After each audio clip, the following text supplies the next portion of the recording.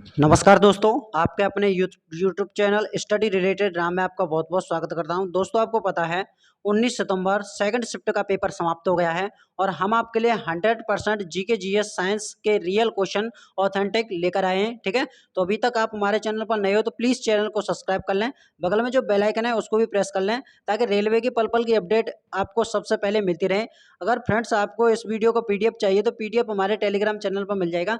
Telegram channel की link video के description में दे रखी है। अगर व्हाट्सअप ज्वाइन करना चाहते हो तो व्हाट्सअप की भी लिंक हमारे वीडियो के डिस्क्रिप्शन में दे रखी है। तो आपको बता दें, इन दोनों पर आपके जो पीडीएफ है सेंड कर दी जाती है। हिंदी इंग्लिश दोनों में आपको इंग्लिश मतलब क्वेश्चन मिलते हैं। ठीक है, चलिए चलते हैं आज की शिफ्ट में किस तरह के क्वेश्चन पूछे गए हैं। चलिए, इसमें पहला क्वेश्चन पूछा गया है कि टाटा स्टील कंपनी की स्थापना कब हुई थी। तो टाटा स्टील कंपनी की स्थापना के 113 साल पूरे हो गए हैं। 26 अगस्त 1907 को इसकी स्थापना हुई थी। तो इसका जो राइट आंसर हो जाएगा वो हो जाएगा आपका 26 अगस्त 1907। ठीक है, चलिए अगले क्वेश्चन की तरफ बढ़ते हैं। अगला क्वेश्चन है हमारा, भांगड़ा नागल बांध किस नदी पर स्थित है।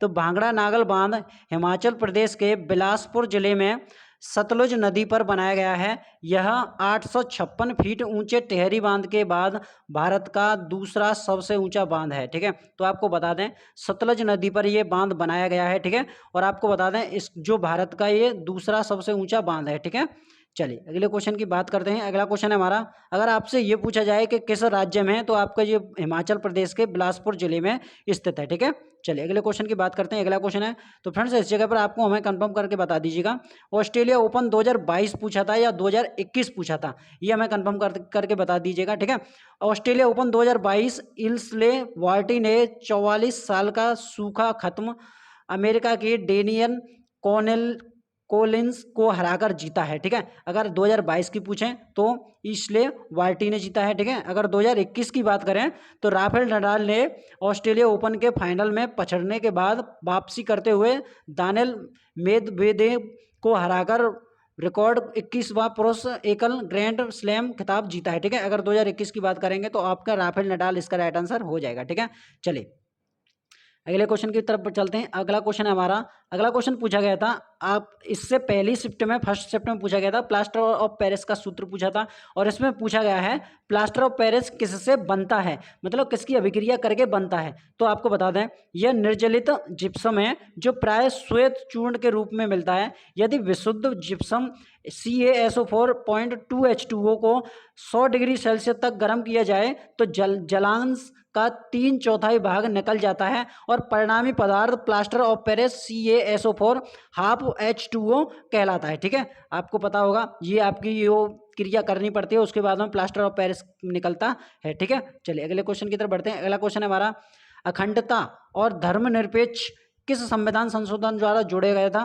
तो सन 1976 में 42वां संविधान संशोधन अधिनियम द्वारा इसमें संशोधन किया गया था जिसमें 3 नए शब्द समाजवादी, धर्मनिरपेक्ष, अखंडता को जोड़ा गया था। ठीक है, तो इसका जो राइट आंसर हो जाएगा वो हो जाएगा आपका सन 1976 42वां संविधान संशोधन। ठीक है, चलिए अगले क्वेश्चन की तरफ बढ़ते हैं। अगला क्वेश्चन है, सतलज नदी सतलज और काली नदी के बीच के स्थान को क्या बोला जाता है। तो आपको बता दें सतलज और काली नदी के बीच स्थित हिमालय के हिस्से को कुमायूं हिमालय के नाम से जाना जाता है। तो इसका जो राइट आंसर हो जाएगा वो हो जाएगा आपका कुमायूं हिमालय हो जाएगा। ठीक है, चलिए तीस्ता और दिहांग नदियों के बीच स्थित हिमालय के हिस्से को असम हिमालय के रूप में जाना जाता है। तो फ्रेंड्स आपको बता दें अगली शिफ्ट में ये भी पूछा जा सकता है, तीस्ता और दिहांग नदी के बीच में कौन से हिमालय के किस हिस्से को जाना जाता है। तो असम हिमालय को जाना जाता है। ठीक है, अब आपको बता दें पंजाब हिमालय सिंधु और सतलज नदी के बीच स्थित हिमालय हिस्से को पंजाब हिमालय के रूप में जाना जाता है। ठीक है, इन तीनों को आप देखते हुए जाना। जैसे कि आपको बता दें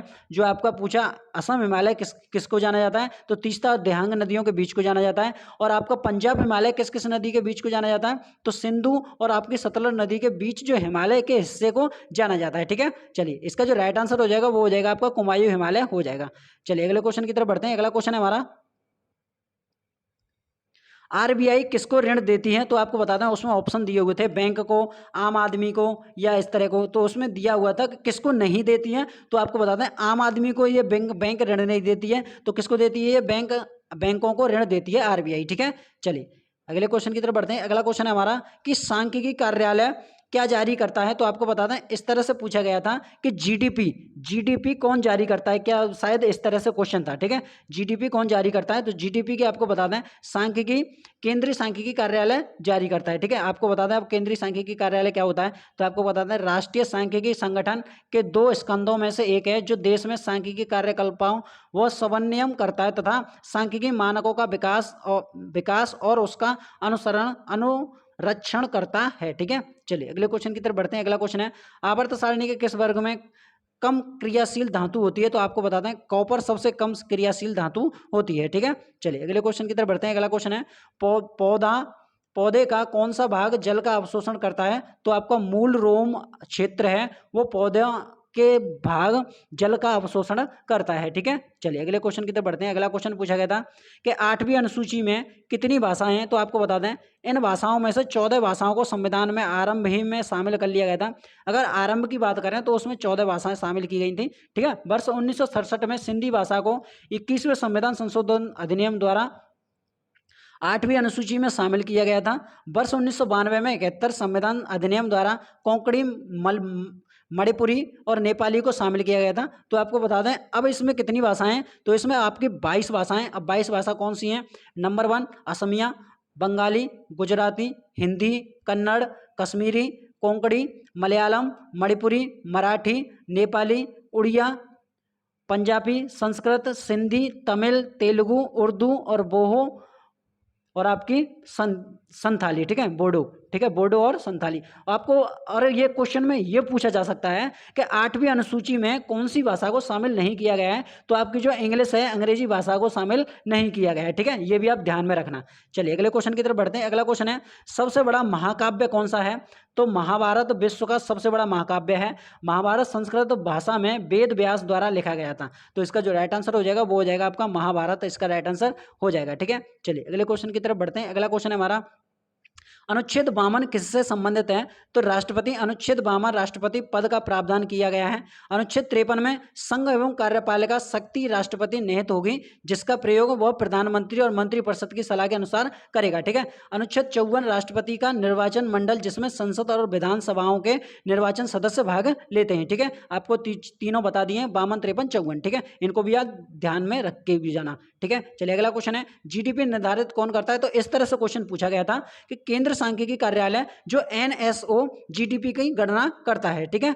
चलिए तो फ्रेंड्स ये थे क्वेश्चन आपके जो 18 मतलब 19 सितंबर सेकंड शिफ्ट में पूछे गए थे। ये क्वेश्चन आपके 100% ऑथेंटिक जीके जीएस और साइंस के हैं, ठीक है। अगर वीडियो आपको हमारी अच्छी लगी तो प्लीज़ चैनल को सब्सक्राइब कर लें, बगल में जो बेल आइकन है उसको भी प्रेस कर लें ताकि रेलवे की पल की अपडेट और इस तरह की वीडियो आपको सबसे पहले मिलती रहे। और फ्रेंड्स इस वीडियो को जो पीडीएफ है हिंदी इंग्लिश दोनों में आपके मतलब क्वेश्चन प्रोवाइड करा दिए जाएंगे हमारे टेलीग्राम चैनल पर, ठीक है। टेलीग्राम चैनल की लिंक वीडियो को डिस्क्रिप्शन में दे रखी है, वहां से आप टेलीग्राम ज्वाइन कर सकते हैं, ठीक है। मिलते हैं नेक्स्ट वीडियो में, तब तक के लिए जय हिंद जय भारत।